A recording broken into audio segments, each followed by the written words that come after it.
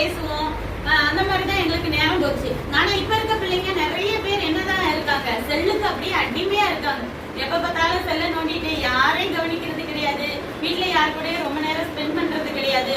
எப்பயுமே மைண்ட் அப்படியே யூஸ் பண்ணி என்ன ஆயிருது, அதுக்கு அப்படியே அடிமை மாதிரி ஆயிடுறாங்க. அது என்ன சொல்லுது, எனக்கு அதுதான் வேணும் அப்படிங்கிற மாதிரி ஆயிடுறாங்க. நிறைய பேர் இப்ப நான் வெளி இடங்களுக்கு போகும்போது பார்க்கும் போதே பேரண்ட்ஸ் சொல்றாங்க, அவன்கிட்ட இருந்து அந்த செல்ல வாங்க முடிய மாட்டேங்குது, ரொம்ப நேரம் பாக்குறாங்க. சின்ன வயசுல என்ன செய்யறாங்க, கண்ணாடி போடுறாங்க, மைண்ட் எல்லாத்தையும் கெடுத்துடுறாங்க.